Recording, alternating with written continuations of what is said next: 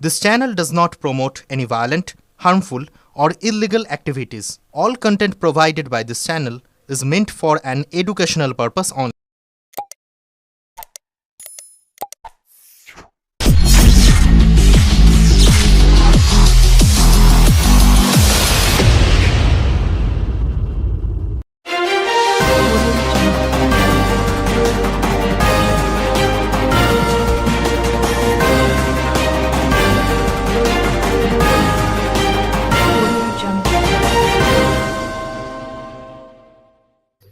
শুক্রবার বিকেলে বিশেষ পূজা অর্চনা এবং হোমযজ্ঞের মাধ্যমে হুগলির মাহেশের ভারতের দ্বিতীয় বৃহত্তম জগন্নাথ দেবের মন্দিরের মাথায় বসল নীলচক্র।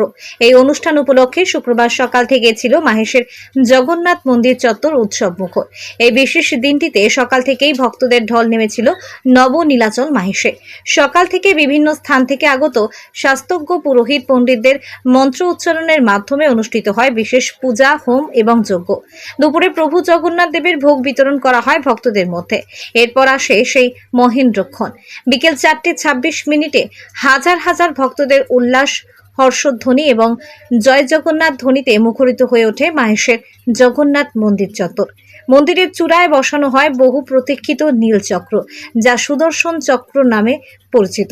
এ ব্যাপারে বলতে গিয়ে মাহেশ জগন্নাথ দেব ট্রাস্টি বোর্ডের সম্পাদক পিয়াল অধিকারী বলেন, পবিত্র অষ্টধাতুর তৈরি এই নীলচক্রটি মাহেশে আনা হয়েছে পুরী ধাম থেকে। গত 15 দিন আগে এই নীলচক্র আমি নিজে পুরীতে গিয়ে নিয়ে আসি।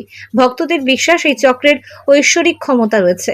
এছাড়াও ভগবান জগন্নাথ দেবের ঐশ্বরিক শক্তির ফলে মন্দিরের নিরাপত্তার বিষয়টাও এই নীলচক্র বহন করে। কথিত আছে, পুরীর জগন্নাথ দেবের মন্দিরের চূড়ায় আশপাশ দিয়ে কোনো বিমান বা পাখি যাতায়াত করতে পারে না। প্রভু জগন্নাথের আশীর্বাদে নীলচক্র মন্দিরের নিরাপত্তা দেয়।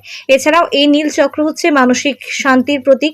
যদি কোনো ভক্ত এই নীলচক্রের দিকে তাকিয়ে থাকে, কায় মনোবাক্যে প্রার্থনা করেন, তার মানসিক শান্তি আসবেই, কোনো খারাপ চিন্তা মনে বাসা বাঁধে না। তাই আজ আমরা মাহেশবাসী হিসেবে বিশেষ গর্ব অনুভব করছি। ব্যুরো রিপোর্ট, আমার কলকাতা নিউজ। কিন্তু আমরা করছি আমাদের সম্পাদক জ্ঞান অধিকারী, তার আগে বলেছি আমার পৃথিবীতে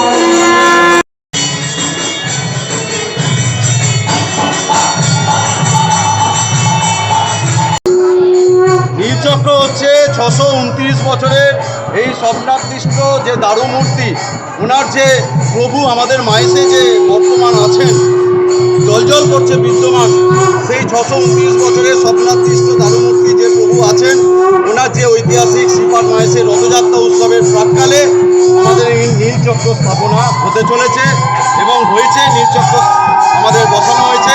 এই নীলচক্র হচ্ছে বিষ্ণুর প্রতীক।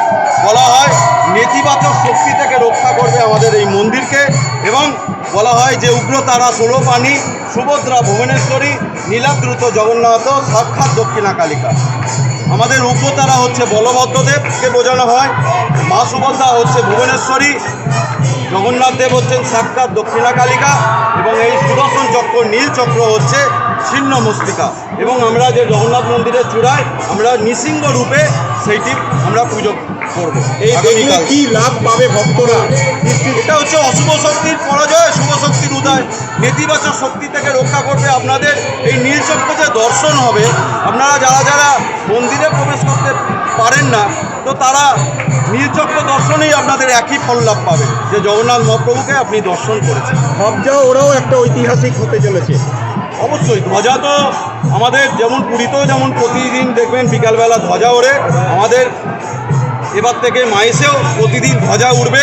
এই ধ্বজা লাগাবার ব্যবস্থা আমরা এই নীল চক্রের ওপর থেকে আমরা ধ্বজা লাগাবার ব্যবস্থা আমরা নাট মন্দির পর্যন্ত সে একটা দড়ি থাকবে, সেইখানে ধ্বজা লাগাবার ব্যবস্থা আমরা করছি। আশা করা যায় যে এই মাইসের ইতিহাস তো সর্বজন বিদিত। এই সর্ববৃহৎ এবং সর্বপ্রাচীনতম পশ্চিমবঙ্গের বৃহত্তম রথযাত্রা হয় আমাদের এই মাইসে। আপনারা সকলে মিলে আসুন, জগন্নাথ মহাপ্রভু দর্শন করুন। সেই 629 বছরের স্বপ্নাদিষ্ট জগন্নাথ মূর্তি আপনারা দর্শন করুন এবং ওনার কৃপা গ্রহণ করুন। রথযাত্রার ব্যস্ততা শুরু হয়ে গেল।